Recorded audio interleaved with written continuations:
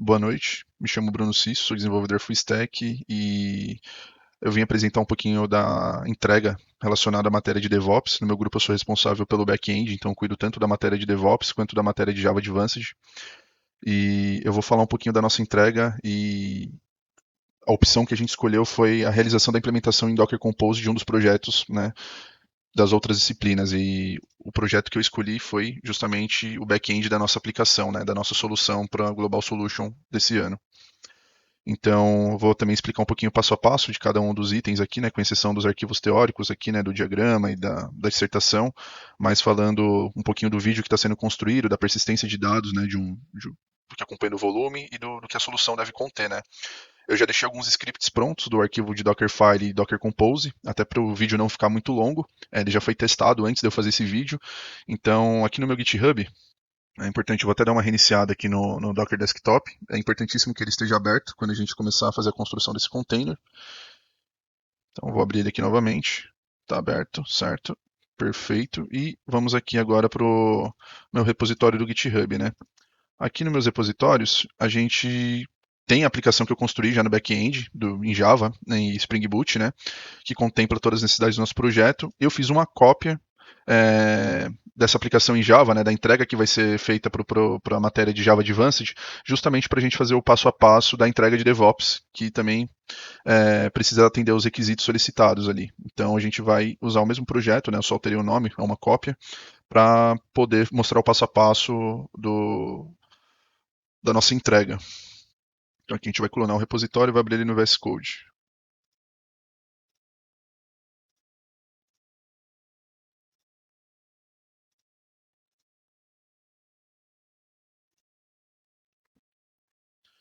Está carregando aqui um pouquinho a aplicação.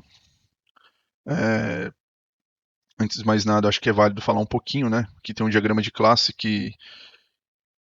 das classes e entidades que contemplam o nosso projeto, que atende tanto as necessidades do nosso front quanto do nosso back-end. Todas essas 14 classes foram codadas no nosso projeto Java, em todos os repositórios com necessidade, né? Assembler, config, controller, exception, model, repository, resource.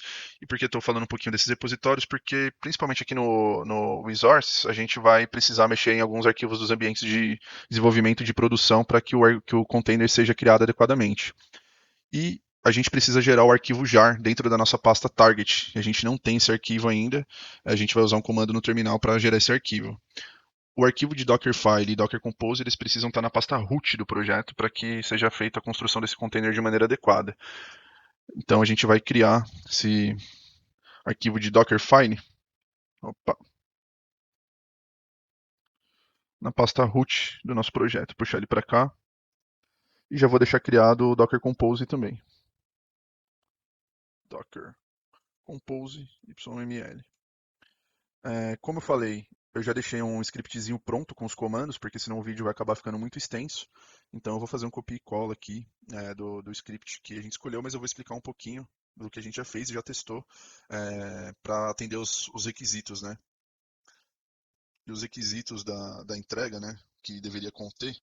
Aqui a gente fala do projeto ser rodado no background, então para isso a gente usou o CMD, a utilização de uma imagem para um ponto de partida que apresenta o melhor desempenho de acordo com a nossa aplicação, e para isso a gente escolheu aqui o OpenJDK 17, né, do Java, uma versão Slim, que é uma versão mais leve otimizada para a versão 17 do Java, né. Também fala de um diretório de trabalho, então a gente colocou o workid no /app. Aqui ainda eu não usei o comando para gerar o arquivo jar, mas aqui foi pedido num dos requisitos, né, de entrega, né, para a utilização dos comandos arg e env, né, e aí eu vou explicar o arg, a gente vai utilizar o arquivo jar que a gente vai criar daqui a pouquinho, que vai ficar dentro do diretório target, e no env a gente escolheu o ambiente de produção, que também está relacionado ao nosso projeto Java aqui. Por exemplo, ele está até comentado essas duas linhas de código, que é onde vai persistir os dados da onde a gente vai criar nosso banco de dados. Eu deixei comentado porque a partir do momento que eu rodo ele sem ser por dentro do container, ele já vai criar as tabelas e vai começar a fazer a persistência de dados. E eu não rodei ainda esse projeto agora por dentro da aplicação. Eu vou rodar ele por dentro do container para vocês verem que está funcionando adequadamente. Então, estou descomentando aqui para poder fazer a criação adequada do banco de dados e a persistência de dados lá dentro do nosso container quando a aplicação for para lá. Falando um pouquinho mais aqui do arquivo Dockerfile, né, a gente tem que criar um usuário que, né, atendendo um dos requisitos aqui, um usuário que não tenha privilégios administrativos para rodar a aplicação. Então a gente configurou um usuário que não seja root. Aqui é a configuração do usuário. A gente está ajustando as permissões do usuário nessa tela de comando e aqui o nome do usuário que é o app user. Então, o perfil do usuário que vai rodar a aplicação por dentro. Os comandos para rodar a aplicação, por fim, né, a gente já tinha falado que vai rodar no background, vai ser um CMD, e os entry points que é relacionados ao projeto Java, né, o arquivo jar, appjar, etc. Deixando o arquivo Dockerfile configurado, aí agora, e também já descomentando alguns arquivos do application da parte prod, a gente vai fazer a criação desse arquivo jar dentro do nosso diretório target. E para isso a gente usa um comando chamado mvn clean package. E você vai ver que ele vai, como se ele estivesse startando a nossa aplicação, mas ele vai estar criando dentro da pasta target o arquivo jar que é necessário para a gente deixar estipulado aqui como configuração do nosso Dockerfile e no nosso Docker Compose. Aqui ele está rodando a aplicação, né? E aí ele já vai gerar aqui os arquivos jar para a gente. Gerando o arquivo jar, a gente consegue mexer no Docker Compose. E aqui foi criado, né? Os arquivos jar necessários para a gente poder ir para o próximo passo. Tendo feito isso, né, tendo configurado o Dockerfile e tendo criado o arquivo jar, né, para a gente puxar aqui no atributo arg, a gente vai para o nosso Docker Compose. Eu também deixei um scriptzinho pronto. Vou falar um pouquinho do que contempla esse scriptzinho pronto do nosso Docker Compose, que basicamente o Docker Compose, nesse arquivo, ele vai falar um pouquinho de como é definido os serviços que vão ser orquestrados, ele vai falar também da utilização da imagem que a gente construiu, das portas expostas, as definições das variáveis de ambiente e como que o container vai ser rodado no background, né? Então aqui, por exemplo, a gente está falando que vai rodar na porta 8081, a gente está falando também que aqui a gente está puxando no args o nosso arquivo jar gerado, a gente colocou as informações do nosso banco de dados para fazer a persistência de dados, que é um banco de dados Oracle. Aqui no Verdimar também tem a ver a questão do underline data, aqui no volumes tem a ver a questão da persistência de dados com os volumes, então a gente consegue ver isso também com um comando depois que a gente criar esse container. Então, estando configurado, né, o arquivo de Docker Compose, a gente consegue fazer a criação do nosso container finalmente. E aí a gente vai usar o comando docker compose up "-" build de construção "-d". Demora um pouquinho, às vezes vai um pouquinho rápido, às vezes demora alguns minutos. Essa parte do vídeo, se ficar muito grande, a gente dá uma acelerada, mas não foi o caso aqui. Ele construiu relativamente rápido. Levando em conta que o container já foi construído, vamos aqui olhar no nosso Docker Desktop, né? Já veio para cá, né? Verdimar, DevOps. Mas a gente pode olhar ainda alguns comandinhos aqui que podem fazer sentido, né? Como o Docker PS, para ver o que compõe dentro do nosso container, né? Para o serviço Flask, Heads Alpine e né, a imagem né, do que a gente escolheu para rodar nossa aplicação. E a gente também consegue ver através do comando de volume, né, docker volume ls, essa questão da persistência de dados do volume, do que vai ser ocupado. Né? Acho que isso fica um pouco mais claro quando a gente vai para o nosso container e a gente roda ele lá. E a gente já está rodando aqui na verdade, você pode ver que ele já começou a rodar a aplicação, está sem nenhum erro, está persistindo adequadamente, tá bom? E a gente vai abrir ele na porta 8081. Deu um erro aqui na hora de abrir por conta de configuração da documentação que a gente fez pelo Swagger. Então, vale ressaltar que aqui no nosso projeto Java, nas configurações, aqui no arquivo Swagger config, a gente, tanto aqui quanto também no nosso arquivo de aplicação, a gente definiu que o request mapping da porta principal, né, do 8080 ou do 8081, vai ser barra home.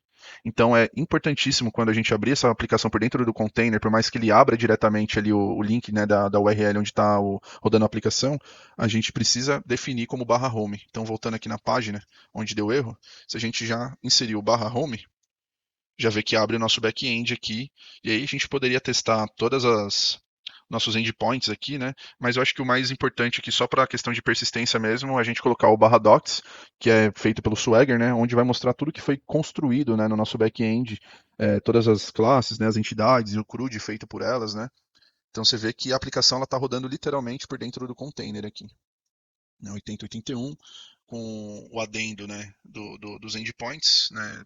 como tem que colocar, né, o endereço adequadamente, as 14 classes, o CRUD, toda a documentação do que é feito, né, os status codes, etc. É, por fim, aqui, para a gente finalizar e fazer um comparativo de tudo que foi pedido, né, a gente fazer uns pontos de verificação, a persistência de dados, né, que é para acompanhar um volume, a gente adicionou o volume no arquivo Docker Compose através do Verdimar underline data, para uma persistência de dados. O background, a gente falou dele usando o comando de cmd lá, no nosso arquivo Docker file, aqui no finalzinho, né, rodar o container em um background.